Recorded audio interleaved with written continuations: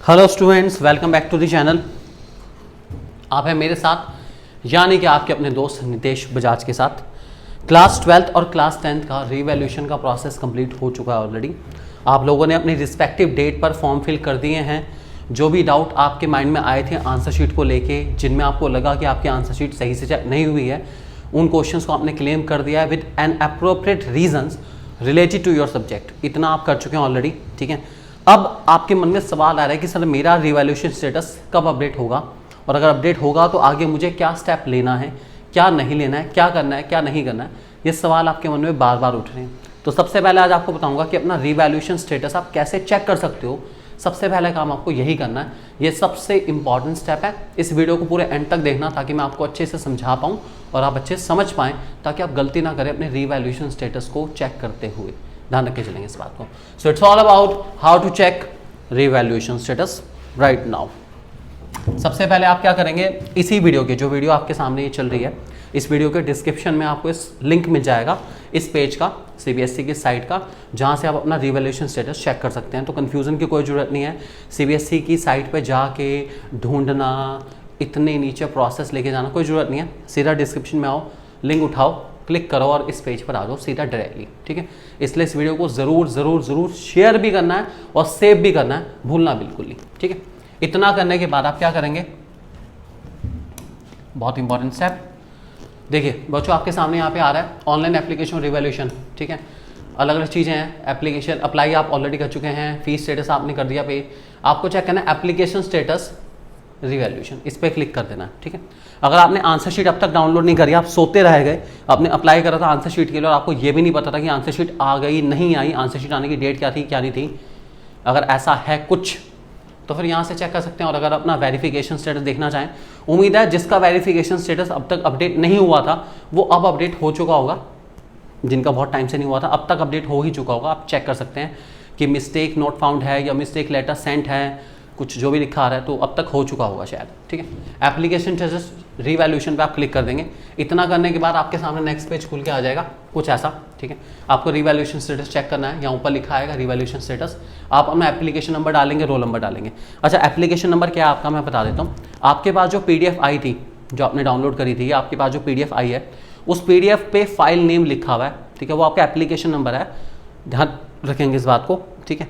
मान लीजिए आपके पास जो PDF आई थी उस पर कुछ नंबर लिखा हुआ था, जस्ट एग्जांपल ले रहे हैं, उस पर लिखा था W1234 ठीक है। ये आपका एप्लीकेशन नंबर हो गया, ठीक है। तो आप एप्लीकेशन में डालेंगे W1234 देखिए ये आपका W12345 आपका नोटबुक वाला आंसर बुक वाला नंबर है।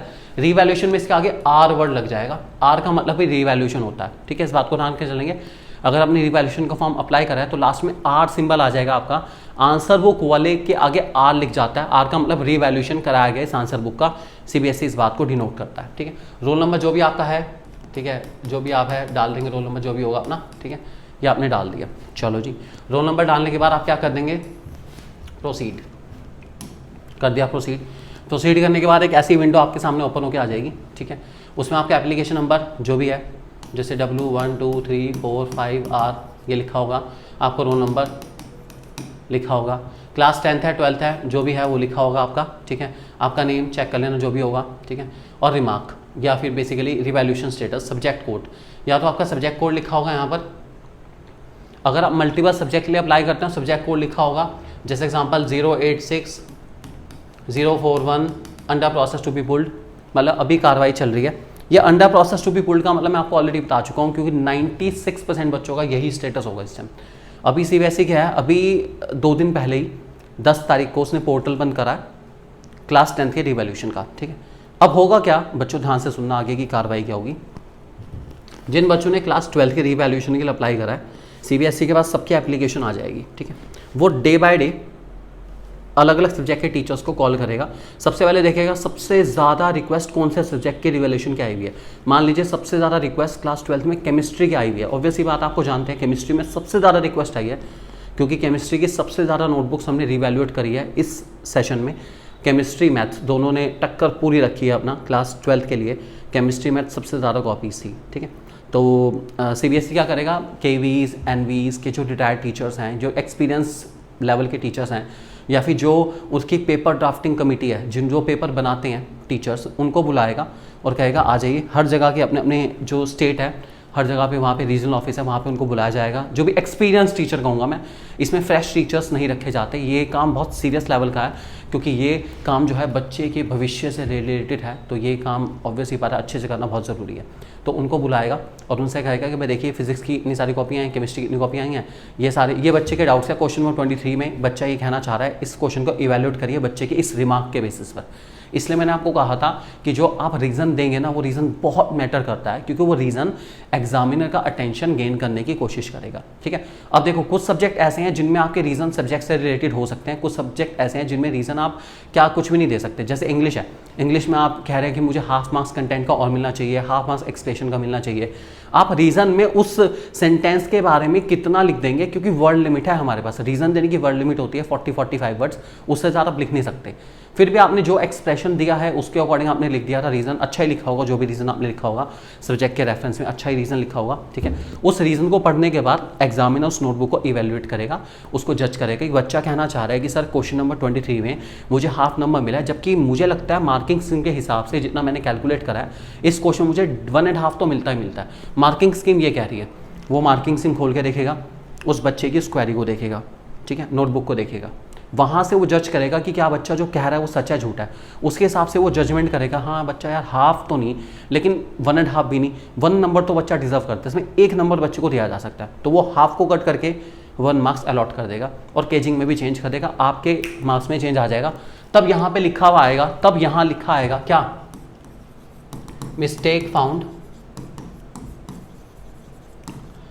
पहले लिखा सकता है मिस्टेक फाउंड, मतलब कमी कुछ ना कुछ तो पाई गई है, कुछ तो गड़बड़ है। ठीक है, उसके बाद मिस्टेक फाउंड होने के बाद अभी फिलहाल टीचर का काम खत्म होगा। मिस्टेक फाउंड, उसने गलती निकाल दी, नंबर बढ़ा दिए बच्चे के जितने उसने बढ़ाने थे।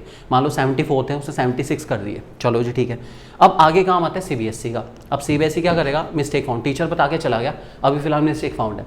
उसके बाद क्या है, जो CBSE की क्लैरिकल टीम है या जो टीम है बेसिकली जो सारा का सारा CBSE के एक तरह से हम कह सकते हैं कि ऑनलाइन वर्क को संभालती है, उस टीम की जिम्मेदारी है आपको कम्युनिकेट करने का मिस्टेक को। तो वो क्या करेगी, वो टीम आपके जो नंबर है 74 से 76 करके रिजल्ट में अपडेट करवाएगी, आपको लेटर भेजेगी ईमेल आईडी पर। ठीक है, ये लेटर ईमेल पर ही आएगा बच्चों, इस बात को ध्यान रखे चलना, ये लेटर सिर्फ और सिर्फ ईमेल पर ही आ सकता है और कहीं नहीं आ सकता। ईमेल पर ही आपको ये लेटर मिलेगा और कहीं नहीं मिल सकता। इसलिए प्लीज़ प्लीज़ प्लीज़, मैं आपको बहुत बार बता चुका हूँ कि ईमेल का यूज़ कर लेना, ईमेल को चेक कर लेना। जब यहाँ पे मिस्टेक फाउंड लिखा है उसके बाद ही चेक करना, उससे पहले चेक करोगे कुछ नहीं मिलने वाला। ठीक है, उसके बाद जो आएगा उसके अकॉर्डिंग आगे की प्रोसेस रहेगी, क्या रहेगा वो आपको मैं आगे बता दूंगा फिलहाल।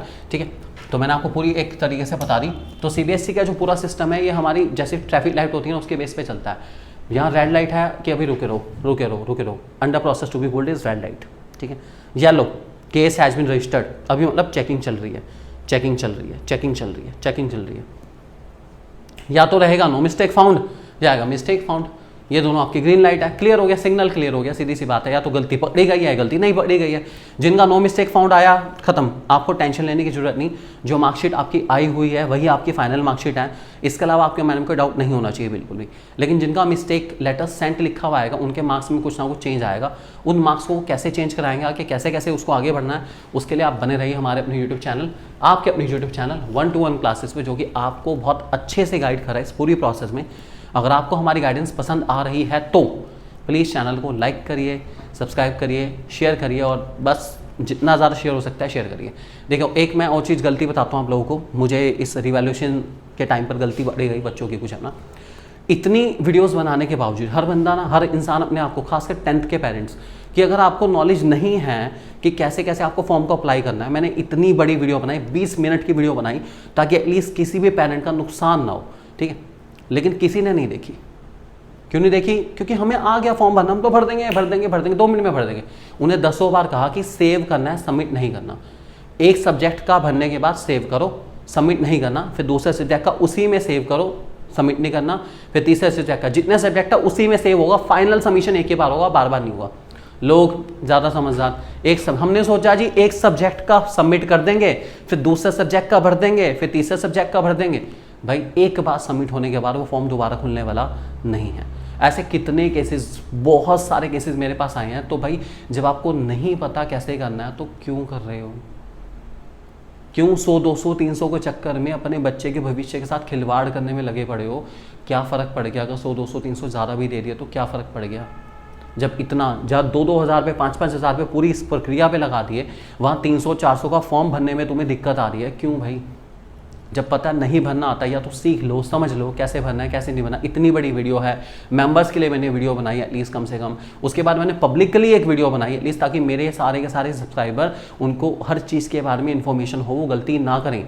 स्टिल उसके बाद मेरे पास कम से कम 30 से 40 फ़ोन्स आते हैं कि सर हमने ऐसा कर दिया, प्लीज़ डबल पैसे ले लीजिए लेकिन हमारा फ़ोन जितना भी हो गया गलत हो गया उसको करेक्ट करा दीजिए।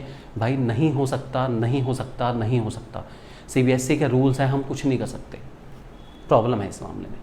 एक चीज़ और बता दूं, जिन बच्चों ने आंसर शीट के लिए अप्लाई नहीं करा था लेकिन अब माइंड में आ रहा है यार आंसर शीट मंगा लेनी चाहिए थी, एक बार देखते तो सही क्या गलती हो गई, या जिनके मार्क्स 100 आउट ऑफ 100 आए हैं और अपनी आंसर शीट को मंगा के एक रखना चाहते हैं कि यार बोर्ड में हमारे 100 आउट ऑफ 100 मार्क्स आए थे, उनके लिए भी एक हमारे पास प्रोविजन है। RTI के थ्रू अपनी नोटबुक मंगाना चाहे मंगा सकते हैं।